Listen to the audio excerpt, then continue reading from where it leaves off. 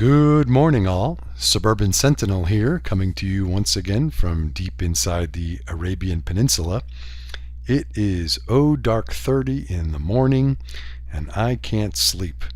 For some reason, I have trouble getting a decent night's sleep out here. I don't know if it's the fresh air or the silence or whatever. So I figured I would make another crazy video. This is about the economics of prepping, which I'm just going to call Preppernomics for short. And the inspiration for this video was a conversation between two preppers that I foolishly jumped in on. The topic of discussion was buying a rifle for long-range precision shooting.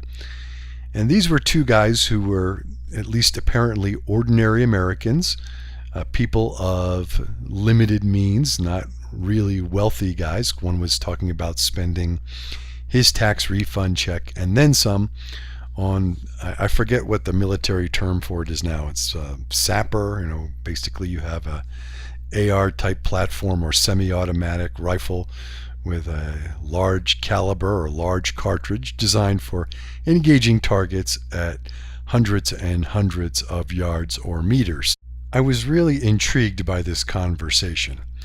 I consider myself a perpetual student of prepping and of life in general, and I really wanted to understand what type of problem these two guys were trying to solve with a long-range precision rifle.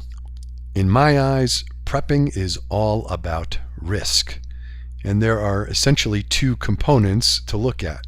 One, what risks are we likely to face?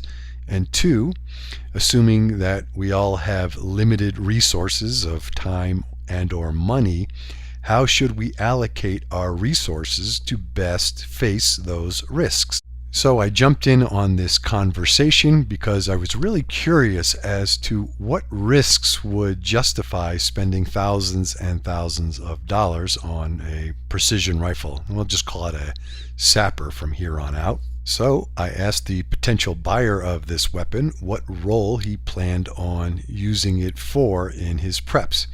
And the general answer was in case he needed to engage a human target that was more than 800 or 900 meters away. And that's a fair enough answer. And my follow-up question was, are you trained, whether it's military training or police training or private training, to do this type of shooting? The answer was no, but he would be willing and able to take classes and practice, and that's fair enough answer. My next question was whether he planned on using this rifle offensively. In other words, would he be an aggressor, going out and shooting someone at 800 or 900 yards or meters away? And of course the answer to that question was no. It was strictly a defensive rifle.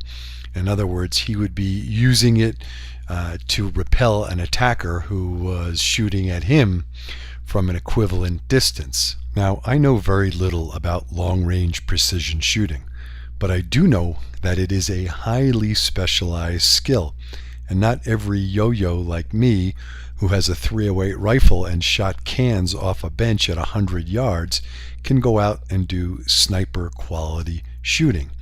In addition, I surmise, and I have a high degree of confidence that I'm right on this, that long-range precision shooting is a degradable skill. In other words, you're going to have to be practicing a whole lot in order to maintain a reasonable skill level. In short, becoming a proficient long-range precision shooter is going to require a significant investment of one's time, money, and energy.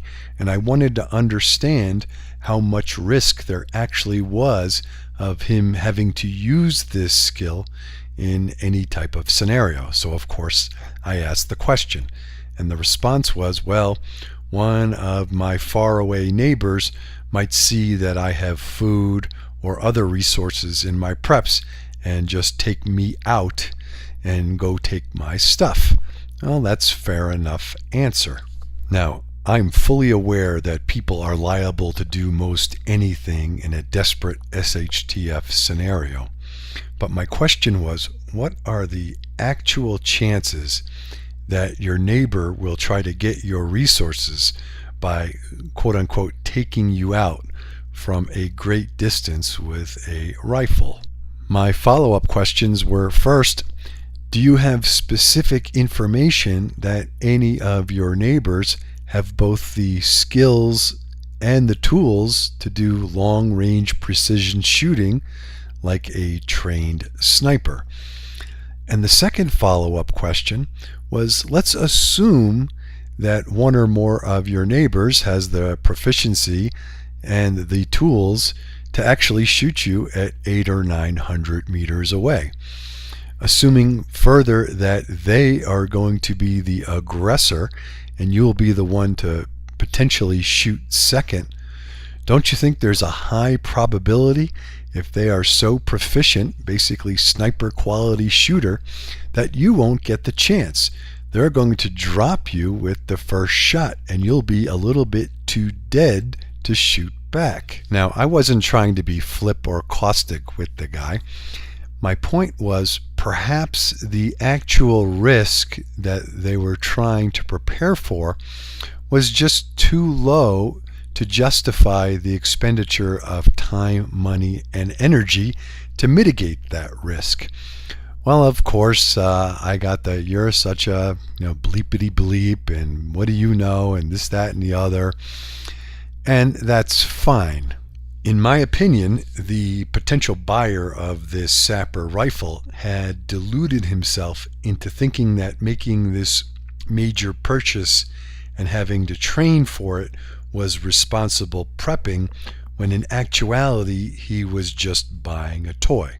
There is nothing wrong with toys. In point of fact, I like buying toys just as much as the next guy.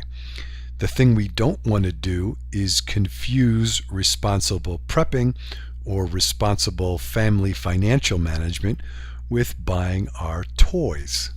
In sum, when it comes to prepping, we have to get real about the risks we are likely to face. Understanding risk is the only way we can rationally and appropriately allocate our limited resources to those risks.